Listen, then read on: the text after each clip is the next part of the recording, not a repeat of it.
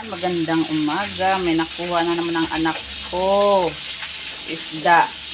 Yan. Nagsabat. Tumulong siya dun sa laot.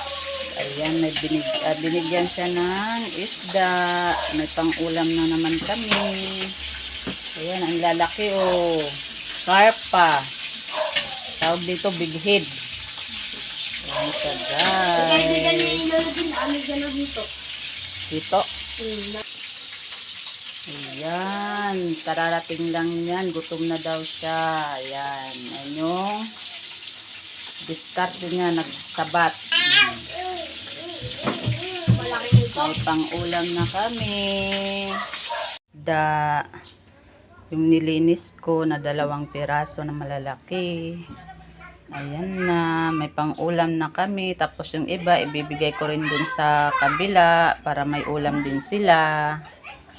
Ayan, ang ulam namin, karpa.